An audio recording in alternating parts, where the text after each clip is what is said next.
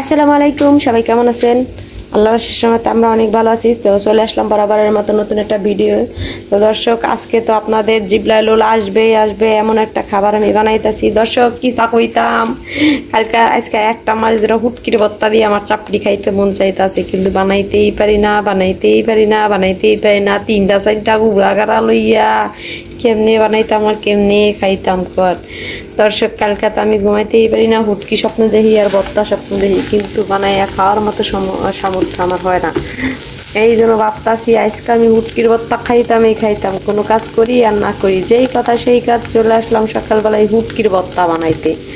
এই যে দেখেন, আমার হুটকি তাড়তে চুলায় কড়াইতে আমি হুটকি দিয়া দিছি। এখন এই হুটকির ভর্তা আমি লাল মরিচ দেয়া বাইট্টা খাইতাম। এই যে লাল মরিচ দেওয়া হুটকি দেওয়া বাট্টা খাইব, আর লই যে চাপটি বানাইব। দর্শক, ঘুম হারাম হয়ে গেছে আমার হুটকির ভর্তা খাওয়ার দিকা। তো আপনারা দেখতে থাকেন আমি কেমনি হুটকির লাল মরিচ দেওয়া পাড়ায় ভর্তা কইরা খাই।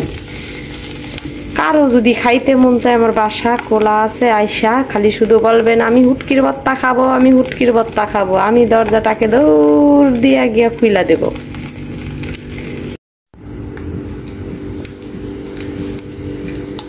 তো দর্শক দেখুন, আমার লাল মরিচ, এই যে আজকে আমি একটু চালাক হইছি, আর আজীবন বলদ থাকতে আমার অনেক জিনিসপত্র নষ্ট হয়েছে।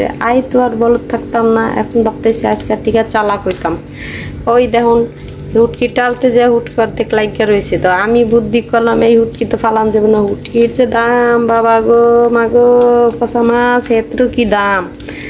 আমি ভাবলাম যে হুটকি কিভাবে না হালানো যায় সেই পদ্ধতি বের করে যায়। দেখেন দর্শক, এই যে আমি এটা কিন্তু পানি, আপনারা ভাববেন না এটা তেল, এটা আমি পানি দিয়া একটু কড়াইটারে ভিজাই রাখছি যাতে হুটকিটা আস্তে ভিজা উইডা যায়। আর আমি কাঁচাইয়া এই পাটার উপরে রাখা, শিল পাটার উপরে রাখা লাল মরিচা ভর্তা করতারি, একটু হুটকিও জানি বাদ না যায়, এর লিগে আমি এই পদ্ধতিটা করছি। কারো যদি ভালো লাগে আপনারা এরকম পদ্ধতি করে খাবেন।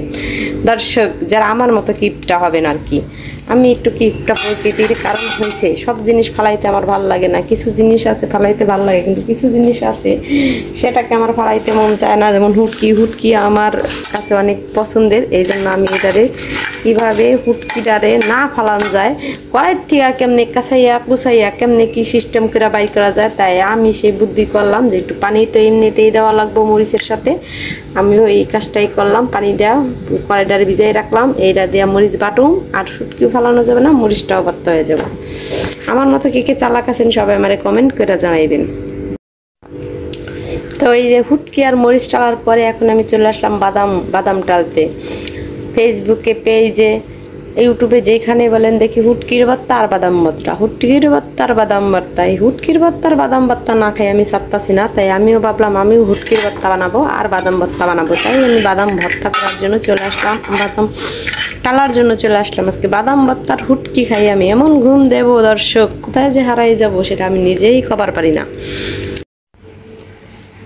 দর্শক দেখেন দর্শক, আমার সেই শুটকি ভর্তা হয়ে গেছে, আর হলো এই যে পাশে বাদাম ভর্তা। এখন আমি এই চাপটিকে বসে গালের ভিতরে দিয়া চাপাইয়া মজা কইরা খাবো। তো আপনাদের যদি খাইতে মন চায় আমার বাসায় চলে আসেন। না দর্শক, আপনারা আইসেন না, তাইলে আমি ভাগে পাবো না। দর্শক দেখেন, সেই ভর্তার চাপড়ি খেয়ে আমার অবস্থা এখন অনেক খারাপ। দর্শক, আমি তো চোখে দেখি না, দর্শক আমার কি হয়ে গেল। দর্শক, এই ভর্তা খাইতে এখন আমার চোখে দেখি না। আমি আমার স্বামীকে দ্রুত করে তাড়াতাড়ি করে ফোন দিলাম, বুঝতে পারছিলাম না কি করবো, তাই আমি আমার স্বামীকে ফোন দিলাম। আমার স্বামীকে বললাম, স্বামী আমি তো চোখে দেখছি না। কিন্তু স্বামী আমাকে বললো কি হয়েছে জান, তোমাকে তো সুস্থ দেখাইছিলাম বাসায়, তোমার আবার হঠাৎ করে চোখে দেখো না, কি হইলো? বললাম, স্বামী আমি হুটকি ভর্তা খাইয়া আমার চোখ দেখালি পানি পড়তাছে, কিন্তু দুনিয়ার আমি কিছু চোখে দেখছি না। আমার স্বামীকে কোনো কিছু কেয়ার না করে আস্তে করে ফোনটা কেটে দিল। দর্শক, এই দুনিয়ায় ভালোবাসা নাই, স্বামী স্ত্রীর মধ্যে কোনো ভালোবাসা নেই।